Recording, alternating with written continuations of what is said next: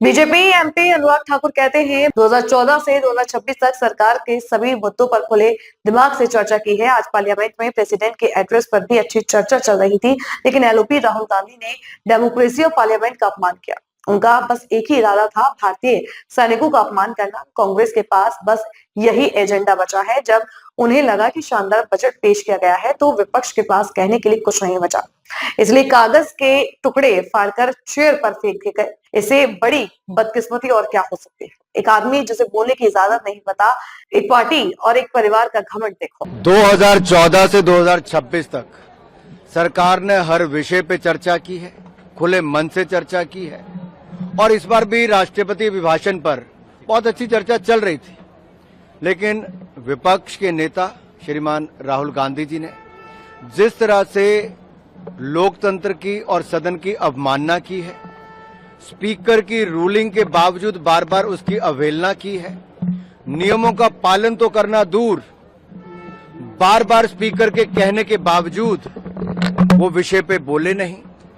और यहां तक जब कहा गया कि जिस चीज का उल्लेख यहां पे नहीं हो सकता, जो पुस्तक छपी नहीं, उसके बावजूद उसके बारे में, और यही नहीं, उनका मंशा केवल एक थी। आज अगर आप एक लाइन से देखेंगे कि भारतीय सैनिकों का अपमान करना, आप एक लाइन उनकी उठाकर देखिए, भारतीय सैनिकों का अपमान करना, भारतीय संसद का अपमान करना, भारत की संवैधानिक संस्थाओं का अपमान करना।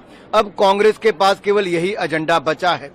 जब उनको लगा कि शानदार बजट आया, राष्ट्रपति भाषण में सरकार की सारी उपलब्धियों और देश के बढ़ते कदमों को दिखाया गया, विपक्ष के पास बोलने के लिए कुछ नहीं बचा, तो पेपर फाड़ के चेयर पर फेंके गए। इससे बड़ा दुर्भाग्य क्या होगा।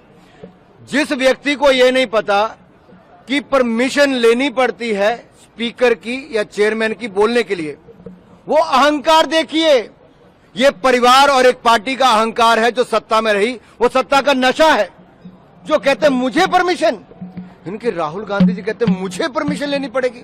इसका मतलब वो अपने आप को सदन से बड़ा समझते हैं, स्पीकर से बड़ा समझते हैं, संवैधानिक संस्थाओं से बड़ा समझते हैं। और कहीं ना कहीं यही सोच आज कांग्रेस पार्टी को एक के बाद दूसरी हार की ओर लेके जा रही है, और यही सोच उनकी बार बार भारत विरोधी टिप्पणियां करके दिखा रही है।